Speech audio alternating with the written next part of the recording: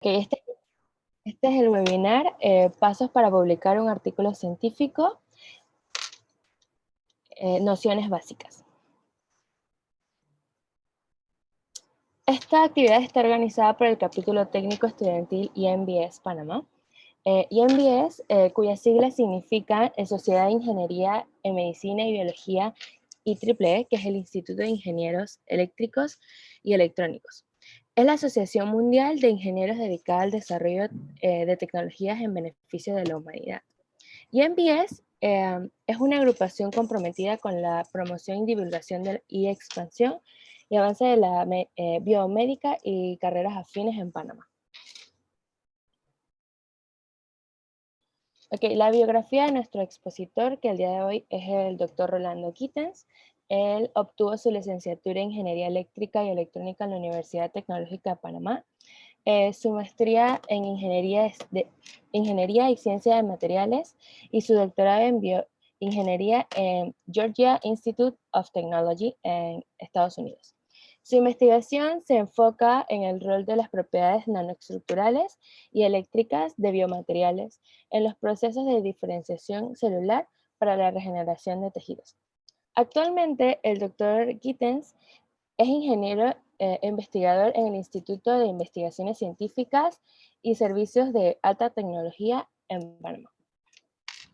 El día de hoy, la doctora Gianna Franzati no nos podrá acompañar en la noche de hoy, que nos iba a hablar sobre la conversación sobre la revista Gente Clave, debido a que se encuentra desvinculada con la Universidad Latina.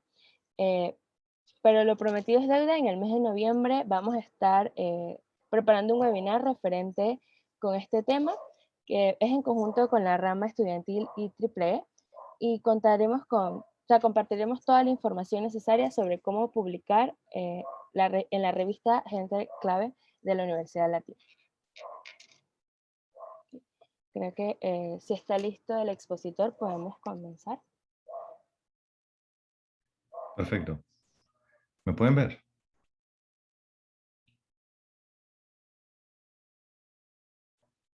¿Qué tal? ¿Cómo están? ¿Me escuchan? Sí, se le escucha y se le ve perfecto. Ok, perfecto. Solo que ahora mismo no puedo compartir. Dice que el host está disabled para compartir.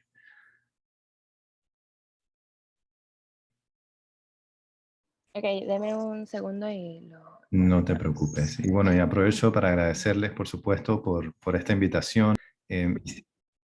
Y ojalá y si se logre hacer lo que comentas, ¿no? De que puedan hablar específicamente de la revista que tienen en la universidad, porque es uno de los puntos que espero poder hacer también, ¿no? Donde si ustedes ya saben dónde quieren publicar, eso también va a facilitar bastante el proceso de qué es lo que tienen que hacer para eso.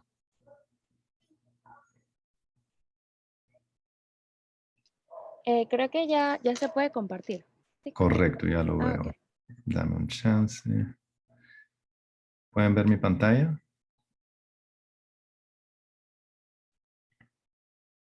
Sí, correcto. Ok, genial. Entonces arranco y bueno, sí, lo que les voy a mostrar hoy va a ser algo relativamente breve y bastante general, muy por encima, tratando de explicarles un poco cuál es el proceso para poder hacer publicaciones científicas y algunos de los tips o de las cosas que pueden tomar en cuenta cuando lo están haciendo. Pero de verdad que los felicito y me parece genial que estén comenzando a conversar sobre estos temas desde estas asociaciones estudiantiles en la universidad. Porque honestamente, cuando yo estuve en la universidad, creo que sí tuve la oportunidad de leer artículos científicos y todo en algunas clases, pero realmente eran pocas las oportunidades para hacer investigación en laboratorios, en experimentación científica. Eh, y la idea de que yo fuera a escribir o preparar un artículo científico también se veía como algo sumamente lejano, ¿no? Pero creo que hoy en día acá en Panamá las cosas han cambiado un poco por lo menos y ya es mucho más realista pensar que van a tener una estancia en un laboratorio de investigación con alguna investigadora o investigador que esté adelantando alguna línea de investigación. Entonces, déjenme ver si puedo... Ajá. Sí se ve todo bien, ¿no? Ok. Entonces, no puedo comenzar esta presentación sin hablarles un poquito sobre Indicasat. Yo creo que a pesar de que somos una institución científica aquí en Panamá de las más productivas y de las más activas, todavía hay bastante gente que no conoce sobre el instituto. Y de manera muy breve, muy rápida, Indicasat AIP es un laboratorio nacional de investigación en Panamá. ¿Sí? Se encuentra ubicado en la ciudad del Saber. Eh, Estamos en el corazón de la ciudad del Saber, en el complejo donde se encuentran Senacid y el Senameb. Y actualmente Indicasat tiene distintos centros de investigación, entre los que está un centro de investigación en neurociencias, centro de biodiversidad y descubrimiento de drogas, una unidad clínica, un centro de biología molecular y celular de las enfermedades, entre otros, haciendo mucha investigación en las líneas de ciencias para la vida, pero yo soy de los primeros ingenieros, y mi doctorado es en bioingeniería, que está trabajando desde el instituto. El instituto había hecho siempre muchas colaboraciones con ingenieros en la tecnológica, en la Universidad de Panamá, y ahora pues se tiene esta visión de que por supuesto hay mucho que se puede hacer con ingenieros desde adentro de la institución para poder avanzar en estas líneas de investigación.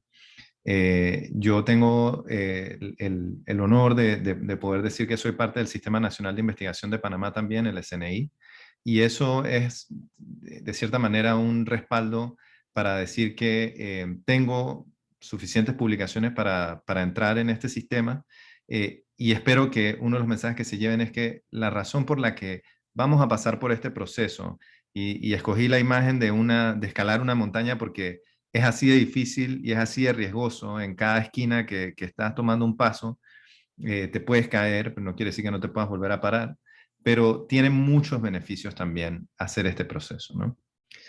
Entonces, el paso cero, ni siquiera le pongo paso uno, el paso cero es que hay que leer muchísimo. Si ustedes quieren publicar papers, tienen que leer muchos papers.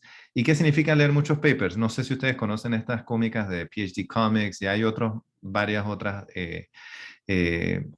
artistas que están haciendo este tipo de cómicas, pero al final no hay un número específico de papers que tengan que leer, pero lo mínimo es leerse uno, dos o hasta tres papers por semana, yo diría, cuando ya están enfocados en un proyecto de investigación y saben hacia dónde se están dirigiendo, ¿no? Entonces, es sumamente importante ir adentrándose en el tema en el que están estudiando, entender lo que se ha hecho en la literatura y sobre todo tratar de ir absorbiendo cuáles son esas expresiones, esos estilos de escritura que les gustan a ustedes para tratar de incorporarlos en su propio estilo. ¿Okay? Entonces, mucho de la escritura de un artículo científico va de la mano de copiar hasta cierto punto en el buen sentido de la palabra, porque no se permite el plagiarismo, pero de poder adoptar alguna de esas características que ustedes leen y les gusta de esos otros papers.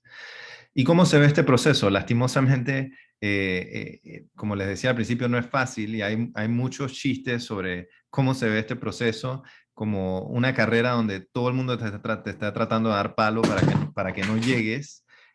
Otra opción es uno que salió hace un par de días atrás nada más, de cómo se puede ver a los editores de estas revistas, ¿no? Literalmente hablando de un editor de Nature, por ejemplo, que están recibiendo miles de artículos para que sean evaluados y los editores no les queda de otra, tienen que ir sacando, rompiendo y buscando lo que a ellos realmente les interesa y que se ajusta a la revista que están tratando de suplir con estos artículos. Entonces, es un proceso complicado, pero se puede hacer. Y lo importante es conocer los distintos pasos para que minimicemos las opciones que hay de que nos rechacen de inmediato.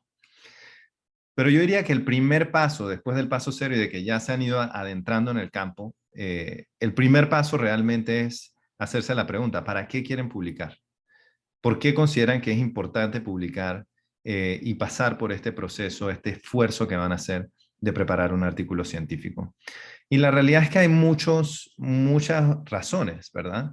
Hay razones tangibles, como por ejemplo el hecho de que la publicación científica es la moneda que tenemos en nuestro sistema con la que tú puedes decir, yo soy un científico o una científica productiva, estoy cumpliendo con los objetivos de la institución que me contrató. Como estudiante, tú estarías diciendo, mira, yo estoy dando el paso extra, estoy realmente aprendiendo el proceso en el que me voy a ir adentrando si decido meterme al sector académico, aunque no solo la academia publica papers científicos. Hay muchas empresas haciendo ciencia de muy buen nivel y esas publicaciones también las terminan publicando en revistas de alto impacto. Otro de los tangibles más importantes es que es el mecanismo que tenemos ahora mismo para comunicar nuestros resultados. Eso significa que cuando hacemos un experimento, nosotros queremos compartirlo con la comunidad científica. Es más, así es como funciona la ciencia, ¿verdad? Nos tenemos que montar en los hombros, y por hombros lo que se quiere decir es el trabajo previo que han hecho científicas y científicos en el pasado para seguir avanzando y progresando en estos temas. Y la única manera de ir construyendo esa fundación, esa base, es publicando y dejando ese registro en la literatura para que otros puedan replicar nuestros experimentos y mejorarlos. Por supuesto, va muy de la mano con el desarrollo profesional, porque al final, como les digo, desde el punto de vista de ustedes como estudiantes, quizás ahora mismo la universidad a nivel de licenciatura no les está exigiendo una publicación, pero a nivel de maestría científica, a nivel de doctorados, la expectativa es que tú debes tener una publicación científica cuando terminas tu programa. Entonces, realmente desde el inicio del desarrollo profesional, ya la publicación científica se está convirtiendo en un entregable importante. Y por ejemplo, en Indicasat, donde yo laboro, nosotros tenemos la exigencia, el requerimiento para cada evaluación que nos hacen de estar publicando de 2 a 3 publicaciones por año. ¿Verdad? Es bastante exigente. Me parece a mí que no hay otras instituciones que tienen una exigencia tan alta, pero es justamente eso, ¿no? Es qué tan alta quieres poner la barra, y por lo menos nosotros hemos podido mostrar que aquí en Panamá se puede lograr. Faltan muchos recursos y falta mucho apoyo, pero se puede lograr la publicación científica. La publicación también es lo que te permite a ti participar en conferencias tanto nacionales como internacionales. Aquí en Panamá las universidades están comenzando a desarrollar congresos grandes.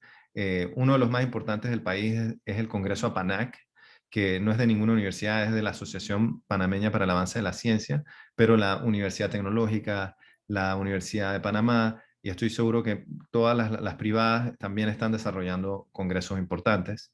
Está el mismo Sistema Nacional de Investigación que les estaba comentando, y los estudiantes pueden aplicar a este Sistema Nacional de Investigación con tal de que tengan publicaciones que puedan reportar.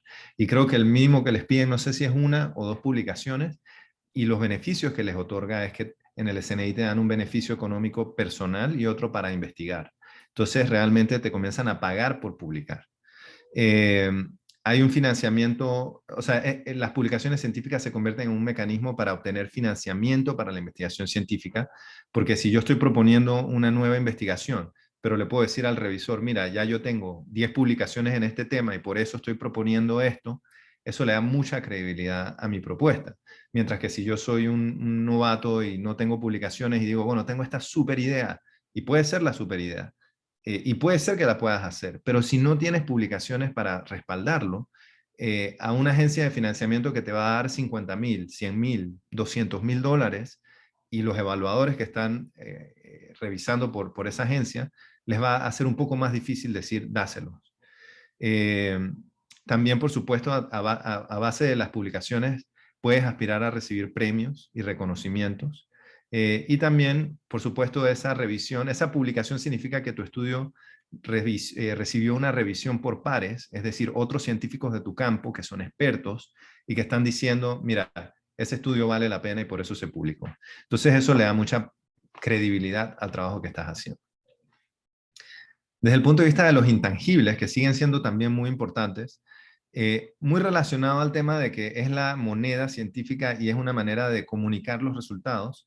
Realmente, más allá de comunicar tu resultado a nivel individual, lo que uno está haciendo con la publicación científica es sistematizar el trabajo realizado y plasmarlo para la posteridad. O sea, yo ahora mismo puedo entrar a la internet, a las distintas bases de datos, y eso no lo tengo aquí en esta presentación, pero lo podríamos hablar en otro día. Cómo buscar publicaciones científicas, ¿no? Yo puedo entrar y encontrar la publicación científica en la que Watson y Crick describieron el ADN por primera vez. sea, así de fácil. Y esa sistematización del conocimiento es valiosísima porque así de fácil yo puedo replicar ese experimento y pensar en alguna mejor manera de hacerlo. ¿Ok? Si nosotros no podemos encontrar la información, entonces vamos a repetir los mismos errores y vamos a estar como rodando en el lodo.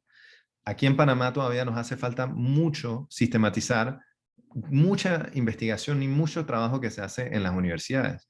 Y de ahí es la importancia de que ustedes desde ya comiencen a publicar. Sobre todo, hay un montón de tesis cogiendo polvo en archivadores allá en las universidades que nunca llegaron a hacer publicaciones. Y es muy difícil acceder a esa información y a ese conocimiento que probablemente es muy valioso. También es insumo para futuros libros de texto, lecciones aprendidas para el país. Yo nunca lo había visto de esa manera hasta que ya me metí de lleno al doctorado. Uno, desde que está en la escuela, en la universidad, está leyendo libros de texto. Los libros que te manda a comprar el profesor para que te empapes en el tema y todo eso. Esos libros están basados en las publicaciones científicas más establecidas y más reconocidas universalmente. Pero en algún momento fueron un paper científico.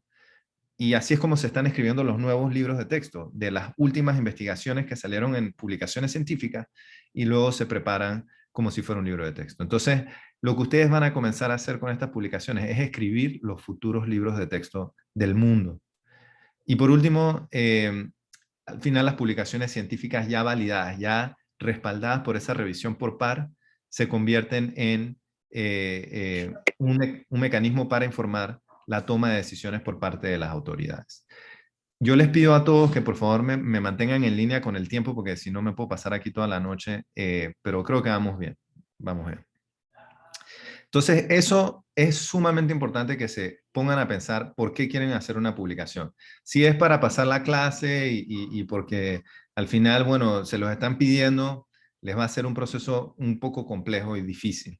Pero si ustedes se están adentrando en un tema de investigación y están comenzando a entender ese tema, la publicación científica se convierte en un proceso orgánico de conocer y descubrir lo que están haciendo y de entenderlo mejor.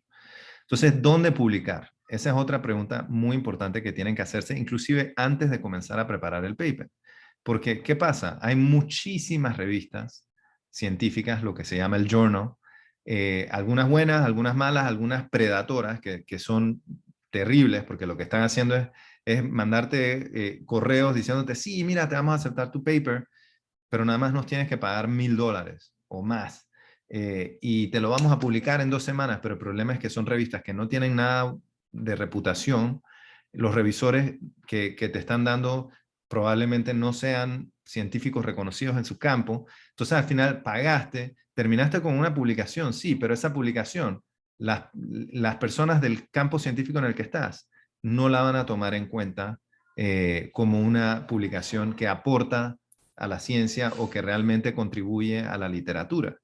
Es más, el SNI aquí en Panamá, como uno de los pocos mecanismos que tenemos de evaluación científica rigurosa, también tiene sus criterios de cuáles son los índices, cuáles son los tipos de revistas a los que tú puedes aplicar para que ellos te lo consideren en tu trayectoria, ¿no? Entonces, estos de los índices de una revista indexada son, de cierta manera, un sello o una certificación de que la revista está cumpliendo con ciertos criterios mínimos de excelencia donde uno se siente cómodo enviando su publicación. Siempre es bueno preguntar eso de la revista, si es indexada y con quién.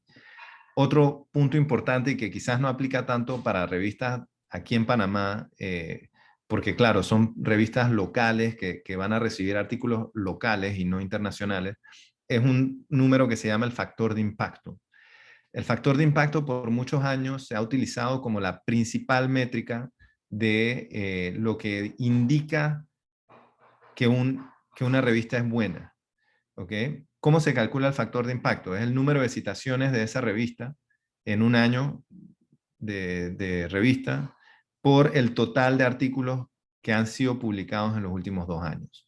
Entonces, si se ponen a pensar en esto de manera general, una revista con un factor de impacto de 1 significa que sus publicaciones están recibiendo una citación, al menos una citación cada año.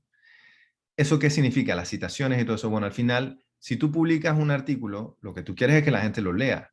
Y la única manera de saber si la gente lo está leyendo, y más que leyendo, si está contribuyendo a la ciencia, es si otros científicos lo están leyendo y están diciendo, wow, mira, esta metodología está buena, vamos a incorporarla en nuestro estudio, pero al incorporarla en su estudio tienen que usarte de referencia, citarte. Entonces, esas citas se convierten también en otro recurso importante para decir, mira, mi investigación, no solo estoy publicando bastante, sino que mi investigación está siendo citada, lo que significa que es de valor para la comunidad científica. Pero en los últimos años el factor de impacto ha perdido un poco su relevancia, porque claro, hay ciertas revistas que están en el top del factor de impacto, Nature, Science, Lancet, las de medicina sobre todo, y al final, porque yo no publique en esas, pero estoy publicando en las mejores de mi campo, no significa que mis papers no son buenos, ¿verdad? Y lastimosamente muchos sistemas de promoción y de anuncio de publicidad se enfocaron en el factor de impacto. Entonces hay otras maneras de medir. Pueden entrar a este website que se llama Simago Journal Rank y ahora se usa el Index H y los cuartiles. Hay 4 cuartiles. El cuartil 1 quiere decir el mejor cuartil. Si tu revista, aunque tenga un factor de impacto de 2, de 3 o de 4, pero está en el cuartil 1, quiere decir que es de las mejores de tu campo. Entonces es una manera como un poquito más ponderada, porque hay campos que son muy pequeños, especialistas en glicoproteínas y tienen su propia revista. Esa revista nada más va a recibir unas cuantas publicaciones al año y muy pocas citaciones. Entonces el factor de impacto nunca va a ser alto, pero el hecho de que sea la mejor en su campo la pone en el cuartil 1. Solo algunas métricas que son importantes para ustedes conocer. ¿Qué es lo otro muy importante de saber dónde van a publicar su paper? Es el paquete de información para el autor. Toda revista científica tiene que tener un paquete de información para el autor o lo que se llama Guide for Authors o el Author Information Pack, pero básicamente hay 2 aspectos claves dentro de este paquete de información. Los objetivos y el alcance de la revista, es decir, los aims and scopes. Porque ¿qué significa eso? Que cada revista tiene su audiencia y tiene su campo de alcance a donde se está tratando de enfocar. Por ejemplo, en mi área de biomateriales, una de las revistas más importantes se llama Biomaterials. Y cuando tú revisas el scope, el alcance de esa revista, te dice claramente, bueno, estamos trabajando en el área de biomateriales y nos interesan biomateriales aplicados a la ciencia de la vida, a la industria, a la agroindustria. Entonces, ya te queda claro que si tu paper no habla de biomateriales, no lo mandes, porque no lo van a revisar, ¿verdad? Entonces, eso es importante tenerlo en mente. Y lo otro es la guía para el autor, donde te dan las instrucciones detalladas. Qué tipo de, cuáles son las secciones que a ellos les interesa, qué tipo de formato debes usar, si la letra, si el espaciado, si el tamaño de las figuras. Todos los detalles están dentro de estos paquetes de información y hay que seguirlo al pie de la letra. Si no lo sigues, literalmente regresa al editor y te destruye y te regresa tu paper porque les estás haciendo perder tiempo. ¿Ok? Así que hay que prestarle mucha atención a los detalles que te indica la revista para que puedas publicar ahí. Entonces, el paso 3 ya es el paso donde nos toca trabajar, ¿verdad? Para trabajar en el paper, primero hay que tener una idea de cómo se ve. Por eso les decía que es tan importante leer papers del área donde se quieren meter, entender cómo están estructurados, cuál es el lenguaje que se usa. Este es un paper que yo publiqué con mi equipo en el 2020. El primer autor es el doctor Diego Reginesi, que quizás algunos de ustedes conocen también, que da clases en la Universidad Latina. Y las distintas secciones del paper principalmente están estructuradas u organizadas de esta manera. Inicialmente está el título de la publicación en grande para que se lea fácil. El siguiente punto es las afiliaciones, los autores y las afiliaciones. Dependiendo a la revista, en este caso los autores vienen primero y las afiliaciones están más abajo. En algunas otras revistas las dos cosas están juntas. Lo importante es que al final tiene que quedar claro quiénes son los autores dentro de la lista de autores y en el campo del que les estoy hablando, que es el campo de la ingeniería biomédica. Usualmente las posiciones de los autores no es que sean importantes, pero tienen un significado. El primer autor se conoce como primer autor o first author, y se espera que sea el autor que hizo la mayoría del trabajo experimental.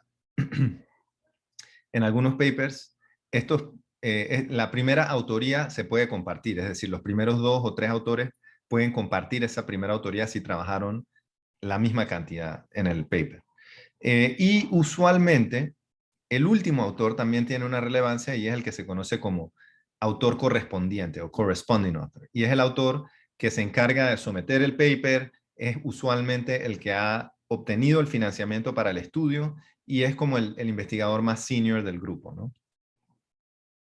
Entonces, además del encabezado, otra sección importante es el resumen o abstract de este paper. En este caso es este párrafo que está aquí. Y ahora, en los últimos años, yo diría que en los últimos 5 años, se está introduciendo este concepto de lo que se conoce como un abstract gráfico, un resumen gráfico, que al final es una imagen que debe resumir lo que estás haciendo en tu estudio, ¿no? Y si se fijan aquí en este paper, al final fue que pusieron lo de las afiliaciones. O sea, para cada autor hay que poner el superscript y decir, bueno, Diego estaba trabajando en el Centro de Neurociencias de Indicasat cuando hizo la publicación, y para la Universidad de Panamá, y para la Universidad Latina. Entonces, se fija, hay que darle el reconocimiento a todas las instituciones para las que uno está trabajando. En mi caso, está el Instituto Indicasat. Y así, al final, es un espacio para resaltar todas esas afiliaciones que uno tenga a las distintas instituciones. Después del resumen, usualmente viene una sección de palabras claves y dependiendo de la revista, pues ya viene el texto, el grueso del texto, que vamos a hablarlo en un poquito más de detalle ahorita. Aquí nada más quería darles un vistazo general de cómo se ve el paper, cómo se ven las secciones. Por ejemplo, ya pasamos la sección de introducción, metodología, resultados, discusión. Ahora viene la sección de conclusiones, agradecimientos, ¿verdad? Las referencias. Usualmente la mayoría de los papers tienen este tipo de estructura. Entonces, de manera resumida, ¿cuál es la estructura general? Bueno, nuevamente repito, depende del journal. Algunos journals, algunas revistas piden secciones claramente separadas, otras no te dicen nada, otras te dicen, sabes que los resultados los puedes mezclar con la discusión. Entonces es sumamente importante que le presten atención a las instrucciones de la revista a la que están tratando de aplicar. Pero de manera resumida, de una u otra manera tiene que aparecer el título, las afiliaciones de los autores, el resumen o abstract, palabras claves, la introducción que debe ayudar a dar los antecedentes de la investigación, materiales y métodos, resultados, discusión, conclusiones, agradecimiento y referencias. Esas son secciones que de alguna u otra manera van a aparecer en el paper. Ah, y algo que se me olvidó mencionar de esta imagen. Algo que también es bien importante tomar en cuenta es que dos de las partes quizás más importantes del journal, del paper que están escribiendo, del artículo científico, van a ser el título y el resumen. ¿Y por qué? Van a ser de las más importantes porque son las secciones que la mayor cantidad de gente va a ver, que va a leer. Muy poca gente se termina leyendo el artículo completo. Solamente los más interesados, los que realmente están tratando de replicar algo en tu estudio. Pero la mayoría de la gente lo que lee es el título, me llamó la atención, voy a leer el resumen. No me llamó la atención, sigo al siguiente paper. Y si me llamó la atención, leo el resumen y hasta ahí llegué. Y si me encantó, si de verdad que veo la aplicación, entonces entro y saco los aspectos que necesito de ese paper. ¿Ok? Pero entonces la mayoría de la gente va a estar leyendo estas dos cosas, título y resumen, y son dos de las cosas a las que más tiempo tenemos que dedicarle para asegurarnos de que estén lo mejor preparadas posible.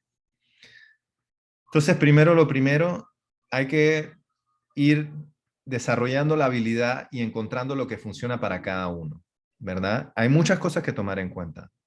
¿Cuándo te es más fácil escribir?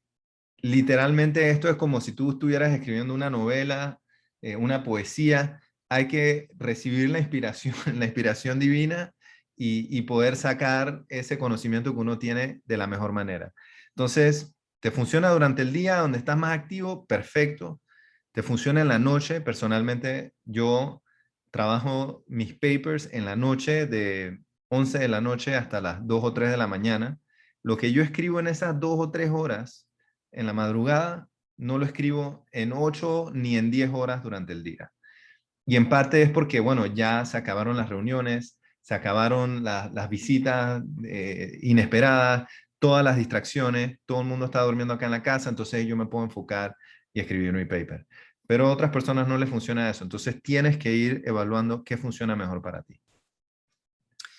Lo que sí queda claro es que muy pocas personas tienen el lujo de sentarse a trabajar un día de trabajo, 8 horas, en un paper. Ni siquiera los investigadores, ni siquiera los estudiantes de doctorado. O sea, realmente los papers hay que buscar el espacio para escribirlos, pero usualmente siempre vas a tener que estar siguiendo haciendo experimentos, siguiendo teniendo algunas reuniones.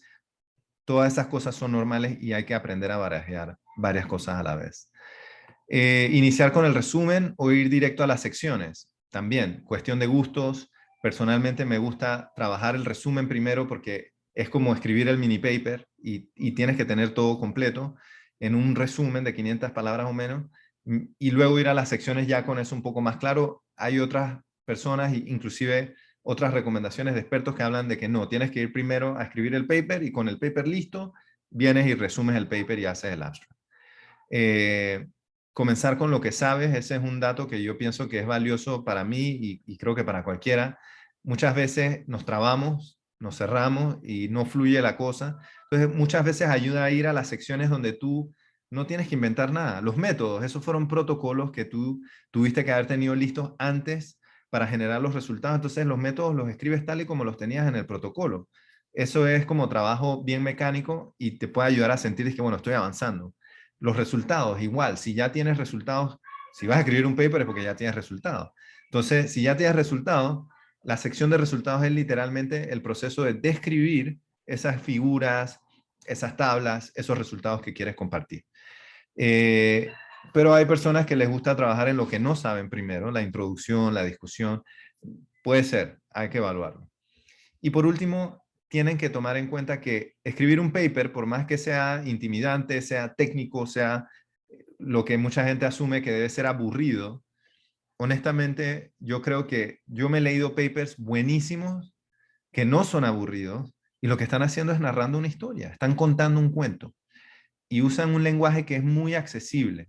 Y sí, cuando hay que usar un término técnico lo usan, pero lo explican. Y ese es el estilo que a mí me gusta y que yo he adoptado en mi escritura de papers y que yo pienso que cualquier persona que se siente de esa manera puede ir quitando un poco la neblina y las complejidades que hay en la escritura de los papers y escribiendo papers que sean de un acceso más general, porque muchas veces lo dirigimos a los aspectos más técnicos para la comunidad científica en la que estamos trabajando, pero hay maneras de encontrar un balance, ¿no? No puede ser muy genérico y sin ser preciso, pero puedes usar un lenguaje accesible siendo técnico y siendo preciso. Entonces, entrando en las secciones, ya dándoles tips más específicos para cada sección, yo diría que, a ver, en el orden en el que yo trabajaría mi paper, ¿no? Lo primero que yo trabajo es mi hoja inicial o lo que se llama el title page o la hoja del título, que lo primero que lleva es el título. Entonces, como ya les dije, es lo primero y lo que más personas van a leer de tu paper. Entonces, es muy importante. De cierta manera, el título, con las 10, 12 o 15 palabras que debe tener, debe resumir tu estudio. Entonces, ¿qué debe incluir? Información clave del diseño del estudio, palabras claves importantes o lo que descubriste, ¿verdad? Porque es con eso que tú vas a poder enganchar a las personas para que sigan interesadas en leer lo que sigue, que es el resumen, ¿no? Entonces, debe ser conciso, informativo. No puedes tener un título demasiado largo porque la gente ni lo va a terminar de leer y van a pasar al siguiente paper. Eh, lo que hay que tomar en cuenta es que, como es lo primero que vamos a escribir, lo más probable es que el título sí va a cambiar a medida que vayamos trabajando en el resumen y a medida que vayamos trabajando en las secciones. Entonces, no tengan miedo de poner un título inicial, borrador, y que luego entonces vayan a darle forma más adelante. Tienes que estar claro de que definitivamente vas a tener una audiencia, ¿no? Tienes que mientras más claro tengas quién es la audiencia, más fácil te va a ser escribir el paper o escribir el título.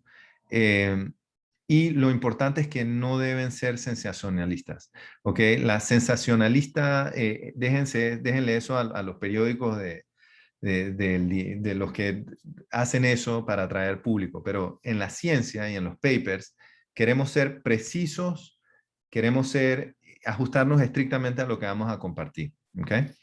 Y es recomendable escribirlo en formato de oración, mejor todavía si es una afirmación y no una pregunta, ¿ok? Nada de títulos todos en mayúscula. Y en este caso del paper que les mostré, este es el ejemplo, ¿no? El título de nuestro estudio era Role of Region-Specific Brain Decellularized Extracellular Matrix on In Vitro Neuronal Maturation. Yo sé que probablemente para la mayoría eso es como chino. Claramente nuestra audiencia era una audiencia especializada en este campo de la medicina regenerativa. Y lo que estamos diciendo es una afirmación. Nosotros estamos investigando el rol de el cerebro descelularizado, la matriz extracelular del cerebro descelularizado, en el proceso de maduración neuronal in vitro. Entonces, estamos hablando de nuestra metodología, nuestro diseño experimental, estamos hablando del descubrimiento más importante que hicimos, que fue cuál es ese rol de ese biomaterial en el proceso de maduración neuronal. Entonces, incluimos bastante de los aspectos que les acabo de decir. Entonces, el segundo paso de esa hoja de título son las afiliaciones. Nuevamente, esto es fácil, tú sabes quiénes son tus colaboradores, quién debe ir en el paper, quién no. A veces no lo sabes y por eso pongo ahí que es importante hablar desde temprano con los colaboradores, porque, a ver, después de que ya se hizo todo el estudio y que ya lo van a mandar a publicar, hacerte la pregunta de que, Chuzo, ¿yo debo ir en el paper o no? Eso no debe pasar. Y preguntarte si otra persona debe ir o no, tampoco debe pasar. Claramente hay que hablarlo con todos los colaboradores. Mira, el trabajo que tú hiciste amerita que te incluyamos en el paper, así que te vamos a estar poniendo aquí. Si tú tienes alguna objeción, nos avisas. O claramente decir, mira, muchas gracias por prestarnos o regalarnos este material o estas células, pero en verdad como no participaste en el estudio ni nos ayudaste a obtener datos, no te podemos incluir como autor, pero te vamos a poner los agradecimientos, ¿ok? Cosas de ese tipo, porque al final la definición de autor tiene 4 criterios bien claros y las revistas lo exigen, así que no es que ustedes están siendo buenos o malos dejando entrar a alguien o no en un paper, es que las revistas exigen estos criterios. Debe haber una contribución sustantiva al diseño de experimentación y ese es quizás el único espacio de subjetividad, ¿verdad? ¿Qué es una contribución sustantiva? Ahí tú podrías decir que, bueno, que te hayan dado las células con las que hiciste el estudio, eso es sustantivo, ¿verdad? Que te hayan prestado un poquito de, no sé, agua salina porque se te acabó en el medio del experimento, eso quizás no. Entonces, ahí hay un poquito de subjetividad, pero no mucha. Y lo demás sí tiene que ocurrir, que es aportar al borrador del paper, aportar contenido intelectual, aprobar la versión final que va a ser publicada y lo más importante, hacerse responsable por la publicación, porque si el día de mañana se encuentra que ahí hubo un problema, que algo se hizo mal, todos los autores son responsables. Si se encuentra que, no sé, que tienen que convocar a los autores para que informen a las autoridades con lo que encontraron, todos los autores son responsables, ¿ok? Entonces, para lo bueno y para lo malo. Y los autores tienen que cumplir con los 4 criterios. Entonces, las afiliaciones, como les decía, también es la oportunidad para resaltar esa institución que te está contratando y que está pagando parte de tu tiempo. Y es clave decir quién fue el primer autor o quiénes fueron los primeros autores y quién es el autor correspondiente. Y así era como les decía en esta publicación, pues los autores, la lista de autores con los numeritos que te dicen a qué institución pertenecía. La siguiente sección en la que yo trabajo ya después de tener esa hoja de título lista es entonces el resumen. Y el resumen para mí es importante trabajarlo primero porque nuevamente yo voy haciéndolo pedazo por pedazo y sintiendo que voy progresando en el camino, ¿no? Entonces, con esto en mente, el resumen al final es la primera sección que le dedico tiempo considerable. Dependiendo de la revista, a veces es menos de 500 palabras, a veces es menos de 250 palabras, puede ser muy pequeño, pero aunque sea muy pequeño, debe incluir todo, Debe ser conciso, al grano, incluir todo lo que se hizo en el estudio. No puede tener errores ortográficos ni gramaticales. No quieres que eso esté publicado para la posteridad con errores. No puede ser sensacionalista ni especular hacia el futuro, porque tu estudio tiene que ser de lo que tú hiciste, no de lo que eso puede hacer, sobre todo en el resumen. Quizás en la discusión tú puedes ahí tirar un poquito de labia sobre eso, pero en el resumen no. Y hay que evitar las repeticiones, las abreviaciones, no lleva citas. ¿Qué debe tener? Esta es una guía muy general, no hay que seguirla estrictamente, pero tiene que tener oraciones que te ayuden con la parte de la introducción. Tiene que tener una oración, puede ser opcional, de cuál fue la pregunta de estudio. Tiene que tener oraciones, 2 o 3, sobre qué métodos usaste, sobre todo los más importantes. Por ejemplo, nosotros hicimos cultivo celular, bueno, tenemos que decir qué tipo de células fueron. Si estamos usando microscopía electrónica, tenemos que decir que usamos microscopía electrónica para analizar la morfología, porque son equipos mayores, ¿no? No si pusimos algo en la centrífuga, algo así, eso ya es muy pequeño para el resumen. 2 o 3 oraciones de resultados, los más importantes, y por supuesto 1 o 2 oraciones de conclusiones de qué fue lo que encontramos en el estudio. Eso, 250 palabras, quizás 500. Y como les decía ahora, también se está recomendando incluir un resumen gráfico del estudio. La siguiente sección, y muy importante, sobre todo últimamente, en estos últimos años, es el tema de los materiales y los métodos. Los métodos detallados, bien detallados, y la disponibilidad de los datos que estás usando, sobre todo cuando estamos hablando de Big Data, bioinformática, bases de datos, todo eso se tiene que poner a la disponibilidad de los lectores. Y es una exigencia que se está comenzando a pedir desde las revistas para garantizar que se está haciendo ciencia confiable y replicable. ¿Y cuál es el propósito de esta sección? Principalmente 2. Ayudar a otros a entender tu estudio. O sea, porque tú me puedes decir que, mira, encontré este súper descubrimiento, pero yo te pregunto, ¿pero cómo lo hiciste? Ah, no, es que yo lo hice así. Dije, pero eso no se puede hacer así. Entender los métodos te permite a ti saber si el estudio fue bien hecho o no y si el resultado es válido o no es válido.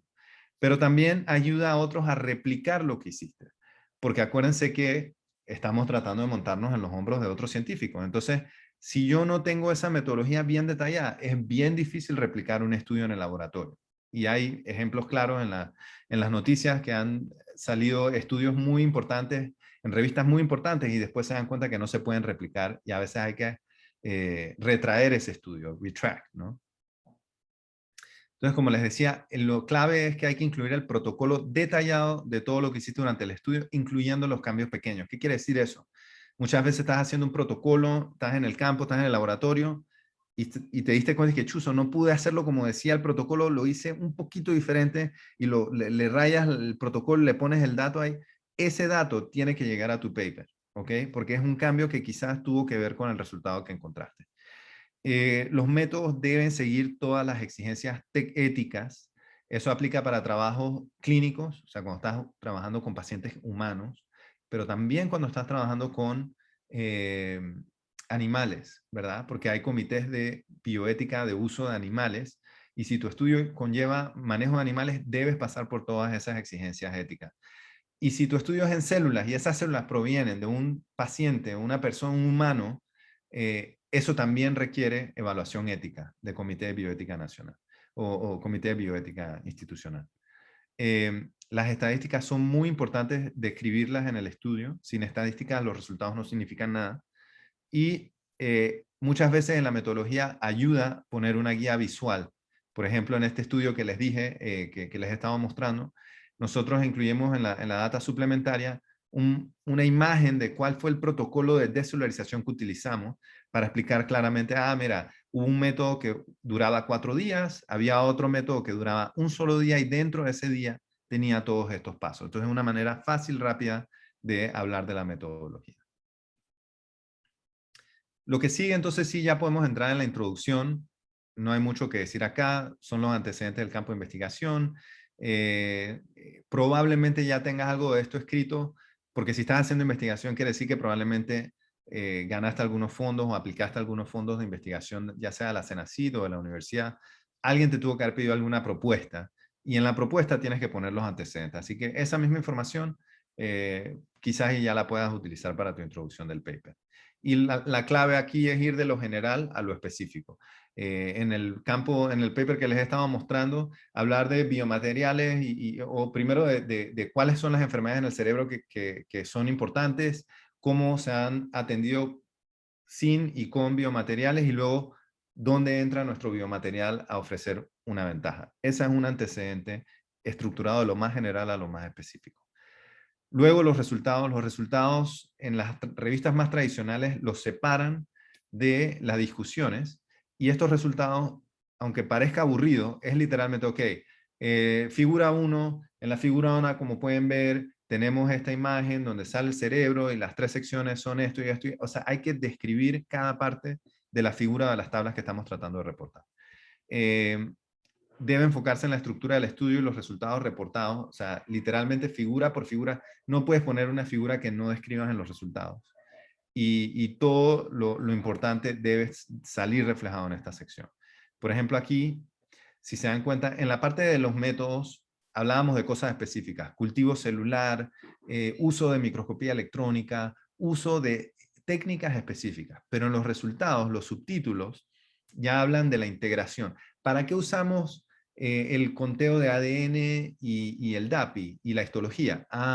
Para poder hacer un análisis macroscópico del proceso de descelularización. Y ahí entonces describimos, bueno, mira, en la figura 1 pudimos ver esto, cuando aplicamos el análisis de cuantificación de ADN vimos esto otro, y así de compleja puede verse una imagen de un paper, ¿ok? No tiene que ser así de compleja. Lo que quiero decir es que cada panel de esta imagen yo tengo que poder describirla en mis resultados. Si la puse, la describo, si no, no la pongo. Ya llegando casi al final, tenemos la sección de discusión y conclusiones, donde se van a hablar de las implicaciones generales del estudio. ¿Cuál es el big picture, no? Hay que comparar resultados más importantes de tu propio estudio con aquellos de la literatura. Buscar, mira, a nosotros nos dio esto, lo que concuerda con este y este otro estudio. Este otro estudio que encontramos acá no le daba lo mismo, pero puede ser por esto y por esto. ¿Ok? Comparaciones con la literatura. También hay que contrastar tus resultados con tu hipótesis inicial. Quizás nosotros dijimos, hey, mira, nosotros pensamos que no importa de qué parte del cerebro venga el biomaterial, los resultados van a ser iguales, pero en realidad nuestros resultados sí mostraron que había diferencia dependiendo a la zona del cerebro que usábamos. Entonces, ¿por qué puede ser eso? Hay que explicarlo o hay que discutirlo. La primera oración ayuda a que siempre sea una oración corta y concisa sobre qué fue el principal descubrimiento del estudio, ¿no? En este estudio, nosotros logramos demostrar que la zona de donde viene la matriz extracelular del cerebro puede tener un impacto en la diferenciación de las neuronas. ¡Pum! Ese fue el principal encuentro y esa es la oración con la que yo comenzaría mi discusión. La conclusión, que es el último parrafito, del estudio, del texto, debe resumir el estudio, resaltar la significancia y discutir qué faltó por hacer. ¿Cuáles son esos huecos que todavía no se han contestado o que permitan que se hagan nuevas investigaciones en el futuro? Y ya pues lo demás es agradecimientos, referencia, todo lo demás. Sé que no hay suficiente tiempo para entrar en todos los detalles, pero muchas de estas cosas ya están bastante bien detalladas en los paquetes de información para los autores. Agradecimientos, ahí es donde pueden poner a cualquiera que ayude, pero que no cumple con los criterios. Cualquier préstamo, donación. También a veces es ahí donde se ponen el financiamiento o hay revistas que tienen una sección específica para lo del financiamiento. Y la clave con las referencias es que sigan el formato que les pide la revista. Muchas veces ayuda muchísimo aprender a utilizar estos administradores de referencias como Mendeley o EndNote. Mendeley es gratis, EndNote hay que pagar, pero al final los dos hacen lo mismo. Tú puedes descargar referencias de la literatura y entonces ponerlas en tu documento Word en el formato que te lo pide la revista. Y ya pues el último paso es que ya tienes el paper listo y te toca entonces someterlo. ¿Y qué pasa cuando lo sometes? O te lo rechazan o te contestan los revisores. Pero a pesar de que es el último paso, todavía no se acaba el proceso. O sea, una vez que sometiste el paper, nada más el hecho de someter el paper a través de la plataforma de la revista es un paso complejo y largo. Te puede tomar 1 a 2 días enteros. Asegurarte que tienes todos los documentos en el formato adecuado, que los vas subiendo de la manera adecuada. luego entonces sometiste y te toca esperar comentarios de los revisores, pero eso es si tienes suerte y el editor no vino y te destrozó y ni siquiera te revisaron tu paper. Pero en el mejor de los casos vamos a decir que, bueno, te lo rechazaron, sometiste a otra revista, sometiste a la revista de La Latina y ahora sí te lo aceptaron. Los revisores te dan algunos comentarios. Mira, en la sección de introducción creo que deberías incluir más información sobre esto. Esta figura sería bueno cambiarla e incluir esto otro. En algunos casos te pueden pedir más experimentos. Te pueden pedir, hey, necesitamos que hagas un experimento donde tú demuestres esto que estás diciendo, ¿ok? O lo quitas. Y cuando te llegan todas esas revisiones, esos comentarios, te toca a ti ir uno por uno, creando un nuevo documento, contestando cada uno de los comentarios de los revisores. Ya luego de eso, entonces toca hacer los últimos cambios de edición antes de la publicación. Y si te lo aceptan, a celebrar, porque es un tremendo logro tener una publicación aceptada y que puedas entonces compartir con tu familia, con tus amigos y con los científicos del campo. Eso es lo que les tenía preparados para hoy. Sorry si me pasé el tiempo, no sé cuánto tiempo en realidad tenía. Pero no sé si hay alguna pregunta sobre lo que hemos conversado. Ok, excelente presentación. Déjame ver si puedo compartir pantalla aquí un segundo.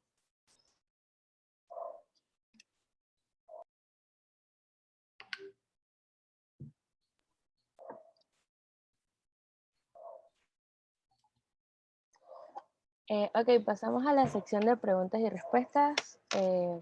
Me pueden ir dejando sus preguntas. Ok, creo que tengo algunas por aquí. Ok, aquí tengo una que dice, ¿cuáles han sido los errores más comunes que se han visto a lo largo de su vida profesional? ¿Siente que las universidades o colegios preparan de manera eficaz a los estudiantes en esta área? Bueno, errores comunes.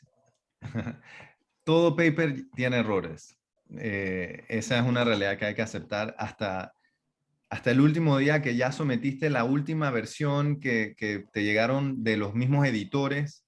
Después te das cuenta y salió un numerito mal, algo en la figura, una de las letras no la pusiste bien. Yo te diría que errores más comunes están asociados a las figuras, usualmente, y cómo las estableciste y si las describiste adecuadamente. Pero en general hay todo tipo de errores, honestamente. Y hay gente que usa la sección de agradecimientos para ser graciosos y ponen cosas ahí que al final a los editores se les pasan y bueno, estoy seguro que ahí van a poder encontrar papers interesantes con eso. La otra pregunta era sobre... Aquí dice... Ajá, que siente que las universidades o colegios preparan de manera eficaz a los estudiantes en esta área. No, nadie te prepara eficazmente para esto. Honestamente, yo vine a aprender sobre publicaciones científicas ya cuando estaba en el doctorado. Y yo creo que en parte está asociado a eso que les decía al principio, ¿no? De que hay que preguntarse para qué quieres publicar, ¿verdad? Cuando estás en la universidad, difícilmente han pedido publicaciones como parte de las métricas con las que los están evaluando. Entonces, si no los están evaluando con eso, ¿para qué lo vas a publicar? ¿Verdad?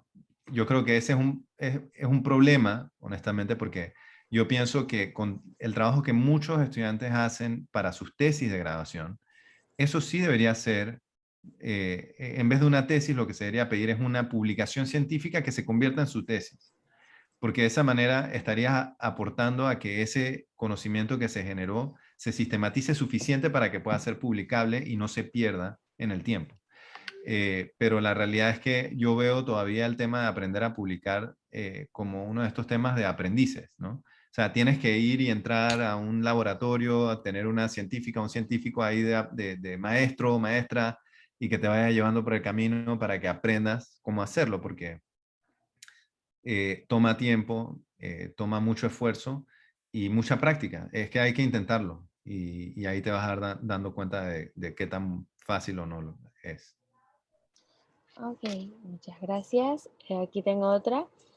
¿Por qué en la actualidad los artículos científicos no captan la atención de los futuros profesionales y qué podemos hacer para cambiar esta situación? artículos no captan la atención de los científicos, de los profesionales. Sí. Yo creo que esa pregunta está asociada a lo que hablábamos del para qué. Yo creo que uno no lee papers por leer papers, o sea, muy poca gente. Hay algunos locos ahí, algunos de nosotros que leemos papers porque llaman la atención, ¿no? Y uno quiere leer la información de la fuente. Pero generalmente uno está leyendo papers porque uno está haciendo experimentos y quieres entonces leer lo que otros científicos están haciendo en otras partes del mundo para garantizar que lo que tú estás haciendo va por un buen camino, ¿no? O sea, está muy asociado al tema de la investigación. Y la realidad es que en nuestros trabajos aquí en Panamá hay muy pocas empresas que implementan la investigación y el desarrollo dentro de la empresa.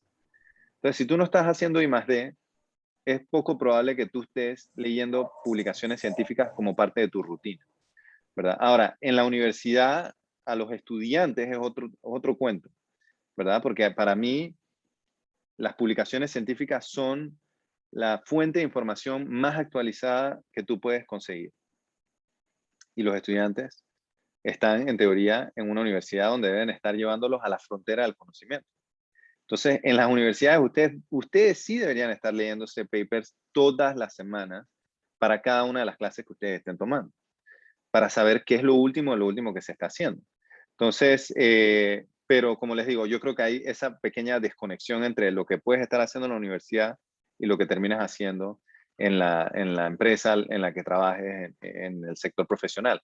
Ahora, eso también está cambiando, porque creo que más y más están llegando empresas tecnológicas, biotecnológicas, y se está demostrando, yo puedo asumir que muchos de los que están aquí son ingenieros biomédicos, ¿verdad?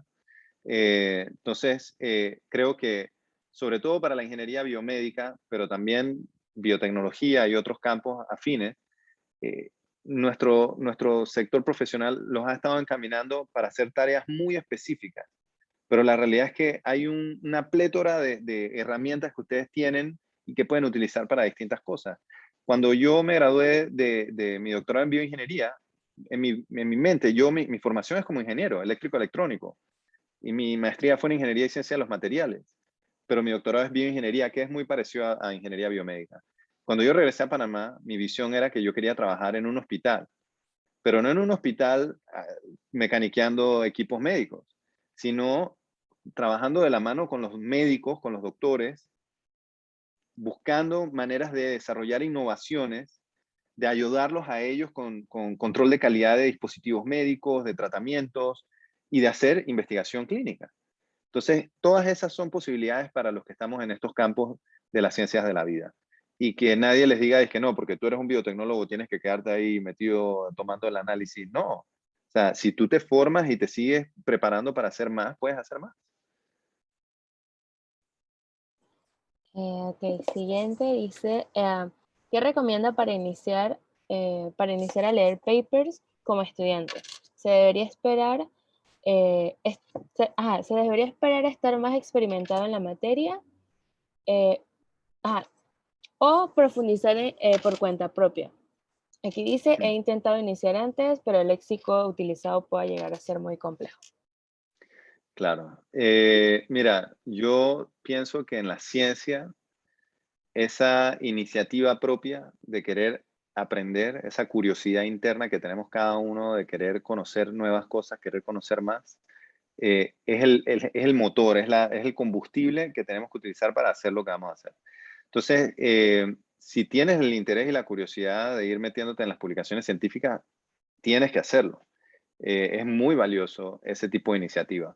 Eh, Ahora, como les digo, es difícil, como lo estás diciendo, porque a veces no entiendes la terminología.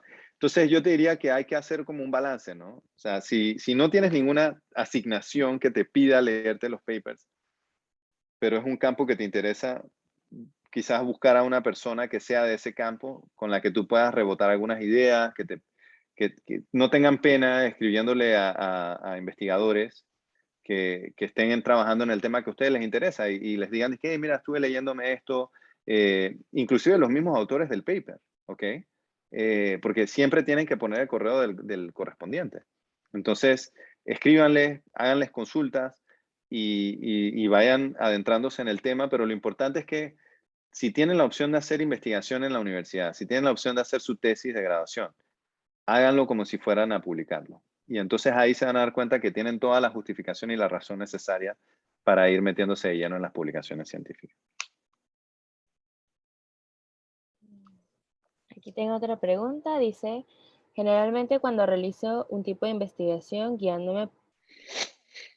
dice, generalmente cuando realizo un tipo de investigación guiándome con este formato, las metodologías tienen que ser directamente en un laboratorio o puede ser solo investigativa. No estoy muy seguro que entiendo la pregunta, pero lo del formato, como te digo, es uno de estos temas de que va a depender a la revista que lo vas a mandar. Y sí, las investigaciones, ahora también está cambiando un poco este concepto de quién hace la investigación, ¿no? Porque muchas veces cuando hablamos de investigación científica pensamos en el científico, lastimosamente, científico hombre, aunque las mujeres están haciendo más ciencia que los hombres, pero en la imagen de la mayoría de la gente es el de cabello blanco, viejito, hombre, con su bata blanca. Y eso no es la única ciencia que se puede hacer en el mundo, ¿no? Hay científicas y científicos que están ahorita mismo metidas en el medio del monte, descubriendo nuevas especies de plantas, de animales, de insectos, de bacterias, de hongos. Hay científicos sociales que están haciendo experimentos tratando de entender el comportamiento humano y la historia de Panamá. O sea, realmente hay muchas maneras en las que se puede ver la ciencia y la investigación científica. Y lo importante es que cuando encuentren esos proyectos de investigación científica, entonces traten de aplicar este tipo de esquemas para que puedan ir estructurando la información que van generando. Creo que esa sería como la manera más eficiente de hacerlo. Aquí la última pregunta que dice, ¿qué método utiliza para escoger un tema y qué tipo de temas recomienda para un primer paper? Hmm. Bueno, ¿cómo puedes escoger un tema? Depende de varias cosas. O sea, hacer investigación científica usualmente, no siempre, pero usualmente cuesta dinero, ¿verdad? Si estamos hablando de investigación experimental en un laboratorio, los reactivos, los equipos que necesitas para poder hacer los ensayos, el personal técnico que está asociado a estos equipos, todo eso cuesta dinero. Y entonces termina siendo una cuestión donde para poder estar involucrado en esos proyectos de investigación, lo haces de la mano de una investigadora o un investigador que ya están trabajando en ese tema. Un investigador principal, por ejemplo, que tiene financiamiento para hacer ese estudio y está buscando estudiantes con los que pueda adelantar esas investigaciones. Entonces tú aplicas a esas oportunidades y ya el proyecto está definido y tú vas a ir a aprender las técnicas, las herramientas, lo que se está haciendo. Esa es la manera más común. Hay otras opciones donde el estudiante tiene la capacidad de aplicar a fondo o de costearlo él mismo, porque es una investigación que quizás no cuesta mucho. Y entonces eso es para personas que ya están teniendo esta capacidad de poder pensar, oye, este problema que pareciera que nadie está atendiendo, yo quiero entender por qué nadie lo está atendiendo. Entonces te comienzas a hacer tus preguntas y comienzas a buscar los mecanismos para poder contestar esas preguntas. Eso es lo que es hacer investigación científica. O sea, cada cosa que nosotros consideramos que no está funcionando y se está haciendo mal, entender por qué está así y tratar de ofrecer soluciones a ese problema. Entonces, en algunos casos no vas a necesitar asociarte a nadie para poder hacer eso. Y creo que ustedes probablemente ahí en la universidad tienen un montón de esas circunstancias que pudieran tratar de adoptar. No sé si alguno de ustedes se habrá conectado ahora a las ferias científicas que hubo recientemente, creo que fue la semana pasada. Eh, Son chicos de colegio y claro, ellos tienen un mentor o mentora que es un investigador o investigadora en un centro de investigación o en una universidad. Y hubo proyectos espectaculares. Yo estaba trabajando con un estudiante de cuarto año que aplicó a este programa y este programa le da algo de fondos a él y él me pidió a mí, yo quiero trabajar con grafeno. Grafeno es uno de los nuevos materiales descubiertos a inicio de los 2000 y aquí en Panamá que yo sepa nadie está trabajando en grafeno, pero él quería trabajar en grafeno. Yo le dije, mira, trabajar en algo que nunca se ha hecho aquí en Panamá es bien difícil. Pues si tú quieres hacerlo y no tienes mucha plata, lo podemos hacer, no vamos a avanzar mucho, pero lo hicimos. Él quería hacerlo, tenía sus fonditos y pudimos comprar grafeno, estudiarlo en nuestro microscopio electrónico y comenzar a manipularlo. Entonces, hubo otros proyectos súper interesantes. El que ganó primer lugar, estaban unas estudiantes evaluando el impacto del COVID-19 en la parte de salud mental en las escuelas. Entonces, cosas que los rodean a ustedes. Ustedes pueden tratar de estudiar utilizando el método científico y los resultados que generen los pueden tratar de publicar de esta manera. Listo, muchas gracias por sus respuestas y bueno, a todos por sus preguntas. Ok, voy a estar enviando ahorita al chat una encuesta de satisfacción, si me la podrían llenar al finalizar o bueno, voy a dar. Ok, ahora continuamos con la entrega de certificado a nuestro expositor. Ok, dice que el capítulo estudiantil de Ingeniería y Medicina y Biología de la Universidad Latina de Panamá concede este certificado al doctor Rolando Gittens por haber participado en calidad de expositor en el webinar Pasos para publicar un artículo científico desarrollado de modalidad virtual el lunes 25 de octubre del 2021. Muchas gracias. Aquí firma Alexandra Montenegro, que es la presidenta de EMBS, y el doctor Ernesto Ibarra, que es el asesor. Muchísimas gracias, chicos. Ok, ahora, bueno, están invitados a todos a la foto grupal. Si voy a esperar unos minutitos si se quieren unir para tomar una foto para nuestras redes y nuestras... Voy a dejar de compartir pantalla.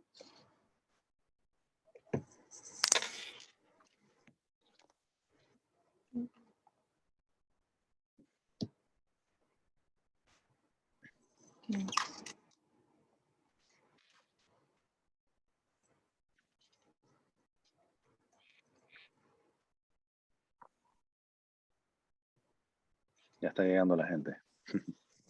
Sí, sí.